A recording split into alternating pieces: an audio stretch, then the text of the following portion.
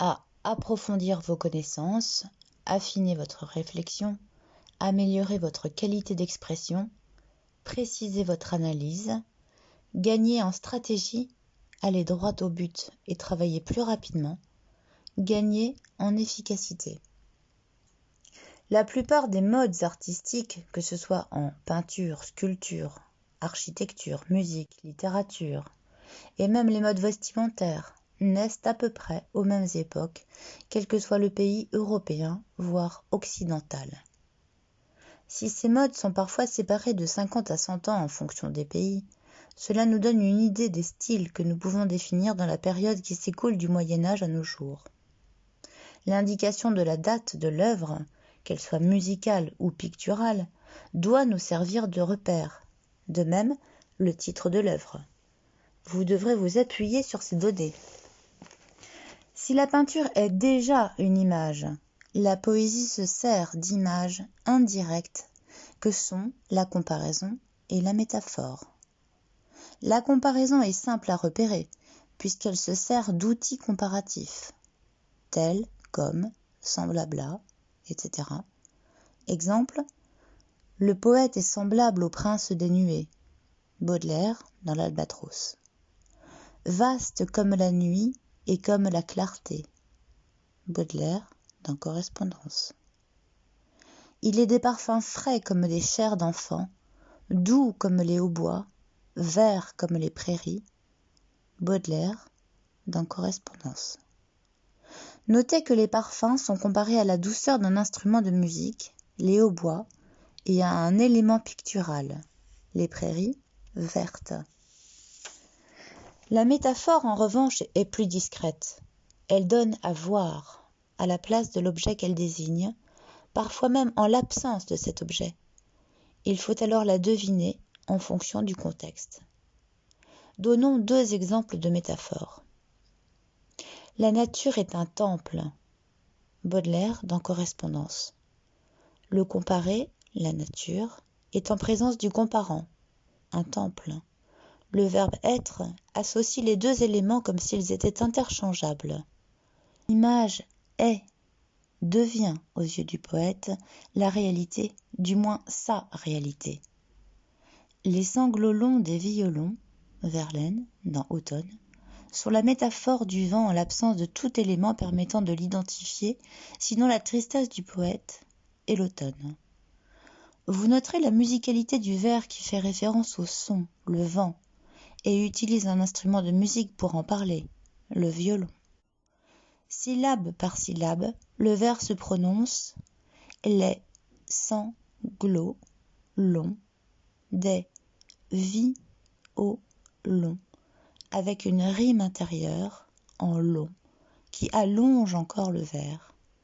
L'assonance en O et l'allitération en L, auquel s'ajoute une douce violence. La peinture, comme la poésie, utilise des symboles. Dans le Songe du chevalier, peint en 1650 par le peintre espagnol Antonio de Pereda, en pleine période baroque, le crâne représente la vanité. La vanité, ou chose vaine, ne conduit nulle part. Elle renvoie au vide, à la vacuité. À l'époque baroque, on considère que tout est instable, la vie n'est qu'un passage. Alors, pourquoi s'attacher au matériel, aux richesses? Ce chevalier qui rêve est dans l'erreur, comme nous le témoigne la banderole que tient l'ange en arrière-plan. Le texte en latin signifie « Elle pique éternellement, elle vole vite et tue », représentation du temps.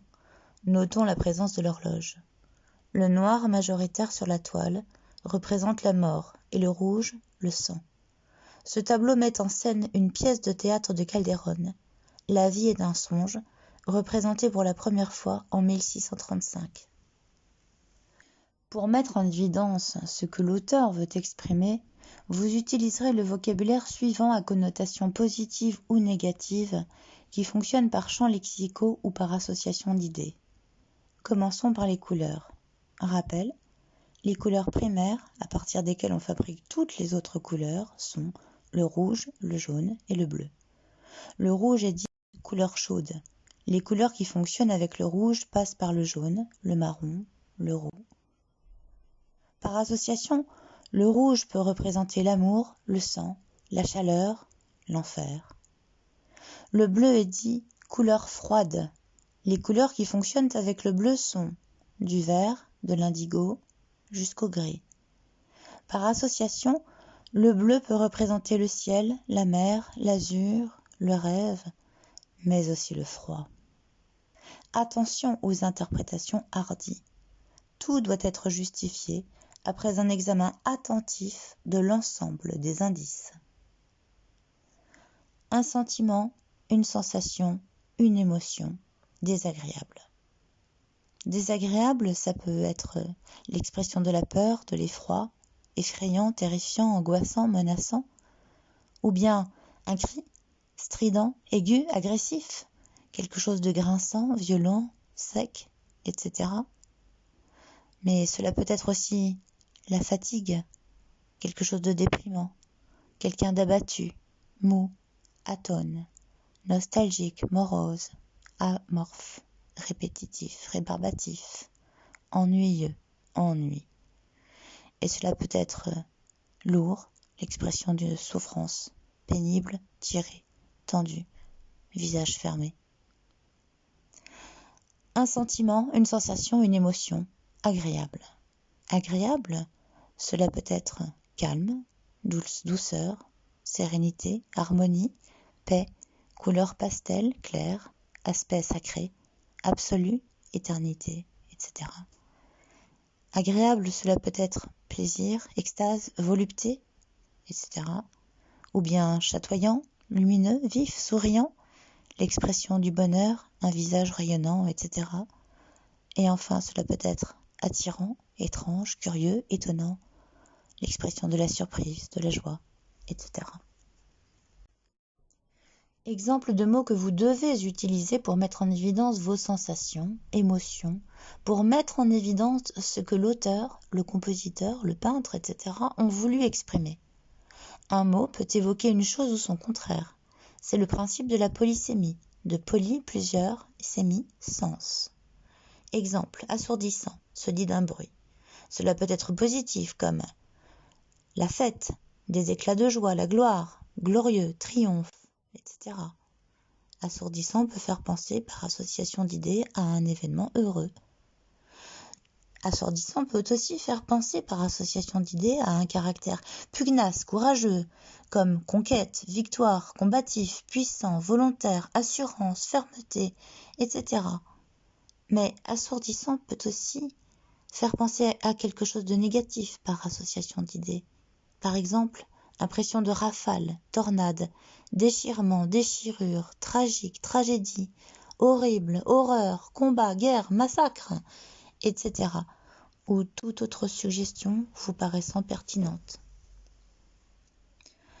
Autre exemple de mots que vous devez utiliser pour mettre en évidence vos sensations, émotions, pour mettre en évidence ce que l'auteur, le compositeur, le peintre, etc. ont voulu exprimer. Un mot peut évoquer une chose ou son contraire.